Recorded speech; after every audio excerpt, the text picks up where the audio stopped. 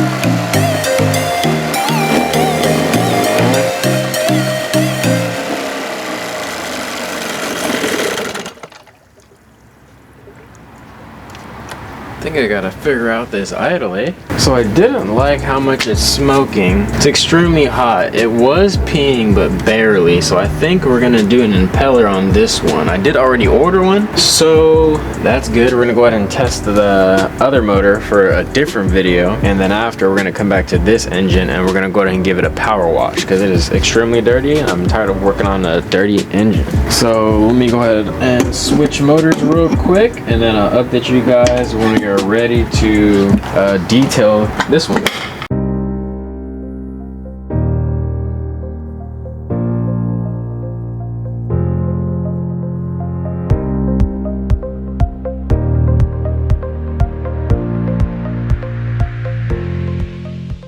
Alright, so I got the Johnson back in the garage. She's all dried up. I did get the, what's it called? The intake box screwed back on. I got this, the pull to choke back on, hooked up and all. And this just came in the mail. I did order this off eBay, so we got a new adjustment needle. So I do have a buyer already trying to come get it as is for 200 bucks. So we are already in the positive on this one. He does know about the impeller. I do have one on the way. So I'm gonna go ahead and end the video here because he's probably gonna buy it as is. And if he doesn't, then I'll make a separate video on this motor when I do the impeller job. If he doesn't buy the motor, then obviously the impeller will show up and I'll replace it. If it doesn't, then I'll have an impeller for a Johnson engine. Other than that, ladies and gentlemen, this video was helpful to you guys, and you guys want to see more helpful videos like this or just any other fishing, boating, John boat motor, just any type of marine content, go ahead and subscribe, like, and comment down below what you guys want to see, and I'll catch you guys in the next GhostFlash video. Peace.